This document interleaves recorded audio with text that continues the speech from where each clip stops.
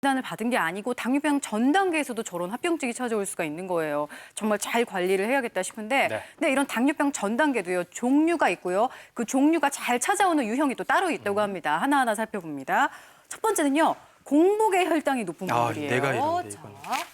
공복 혈당 장애라고 부르는데요. 원래 126 이상을 당뇨병이라고 하는데 100에서 125 사이인 분들을 이렇게 또 공복 혈당 장애라고 한다고요. 하 교수님. 네, 맞습니다. 제가 서두에 말씀드렸다시피 공복 혈당을 측정하려면 8시간 동안 충분히 금식을 하신 다음에 체열을 하셔야 되는데요. 이때 나왔던 혈당 수치가 100 미만이 정상인 반에서 100에서 126 사이가 됐을 경우에를 공복 혈당 장애라고 합니다.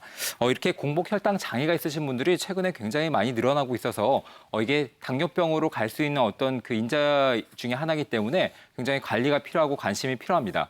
이렇게 공복 혈당이 높아지는 이유 중에 하나는 사실 주무실 때 이제 금식을 하시지 않습니까? 뭐 주무실 때 식사를 하시는 분이 없기 때문에 주무시는 동안에 금식이 되는 상태를 몸에서는 약간 스트레스로 받아들이는 나머지 약간 혈당을 만듭니다. 혈당을 만드는데 그 혈당을 줄여주는 역할을 하는 췌장에서 나오는 인슐린이 기능을 못하거나 아니면 기능이 떨어지는 경우에는 혈당이 제어를 받지 못하고 지속적으로 상승을 하기 때문에 아침 혈당이 높게 나타나는 겁니다.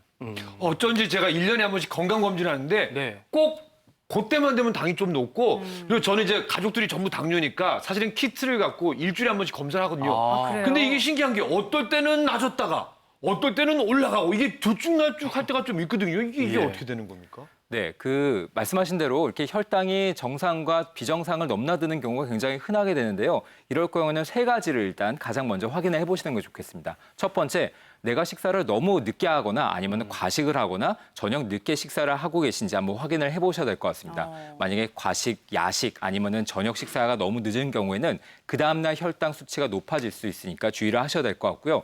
두 번째는 내가 잠을 충분히 잘 자고 있는지를 확인을 해보시는 것이 좋겠습니다. 잠. 네. 수면의 질도 굉장히 중요하거든요. 수면의 질이 아주 질 좋은 수면을 주무셔야지만 그 다음날 혈당이 안정적으로 떨어진다는 연구 결과도 많습니다. 때문에 수면의 질이 좋은지 한번 확인을 해보시는 건 좋고요. 세 번째는 혹시 음주, 흡연 아니면 스트레스를 굉장히 많이 받을 수 있는 상황인지를 확인해 보시는 게 좋겠습니다. 이렇게 몸에 스트레스를 자극시켜주는 어떤 그 행동을 하거나 생활 습관이 좋지 못한 경우에는 몸에서 스트레스에 대해서 반응하는 호르몬들이 분비가 되는데 이런 것들 때문에 혈당이 높아집니다. 때문에 공복 혈당이 약간 정상과 비정상을 넘나드는 경우에는 반드시 제가 말씀드리는 3가지를 한번 확인을 해보시고 철저하게 교정을 하시는 것이 좋겠습니다. 사실은 제가 건강검진을 할 때마다 이 공복 혈당이 100이 살짝 넘어가지고 매년 주의 깊게 지금 보고 있거든요. 근데 저는 사실 젊으니까 제가 무슨 당뇨일까 이랬는데 젊은 사람 안전지대 아니더라고요. 이런 분들 잘 옵니다. 복부 비만인 젊은 사람 그리고 간이 안 좋으신 간 질환자들이 좀 주의 깊게 생각하셔야 된다고요, 서 교수님. 네, 맞습니다. 이 인슐린이 분비해서 작용하는 기관이 우리 몸에 간이나 근육, 지방이 있죠.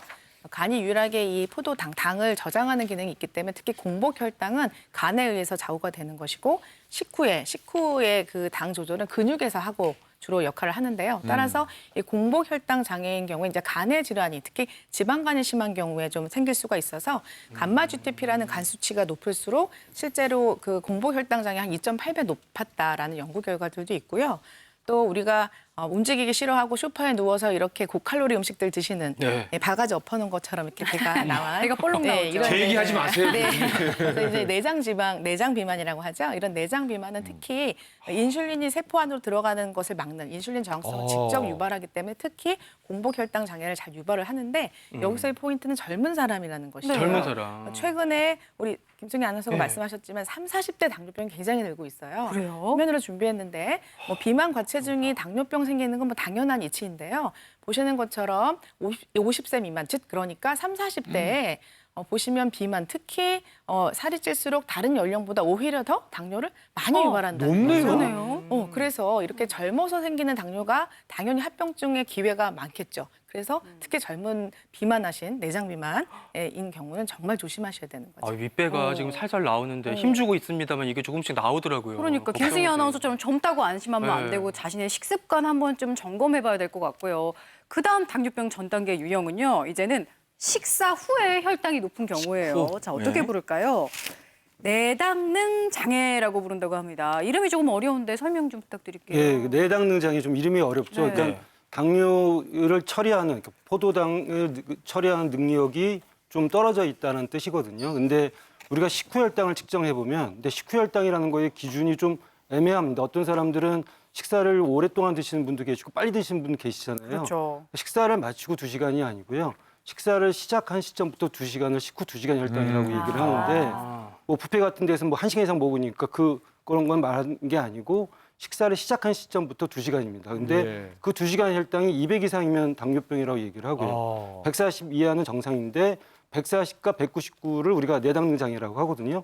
이것도 정당뇨병의 일종인데 이런 내당능 장애가 생기게 되면 실제적으로 이제 식후 혈당이 올라가면서 여러 가지 이제 문제점들이 생기는 것을 우리가 이제 내당능 장애라고 얘기하고, 이런 문제가 생겼을 때 당뇨로 갈 가능성이 굉장히 높아집니다. 그래서 보통 내당능 장애가 있는 분들은요. 네. 1년에 거의 한 10%씩 당뇨로 전환이 되는 걸로 돼 있고요.